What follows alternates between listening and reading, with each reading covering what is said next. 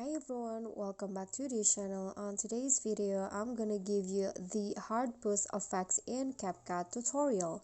So if you want to add some hard pulse effect, you can follow the steps that I'm about to tell you. So here I'm going to just use a black background, but you can also use a video of your own, and then I'm going to just add a sticker, a heart sticker. Okay, I'm going to find it first.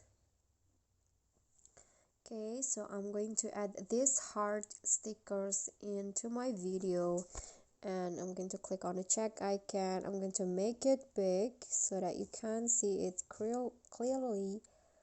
And here, if to add the pulse effect, you can just click on the heart and go to animations and choose loop, and in here find pulse. This one's right here.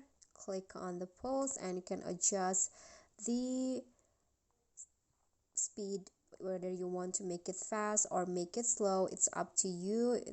I'm going to just set it into 0.9 seconds and it will go like this.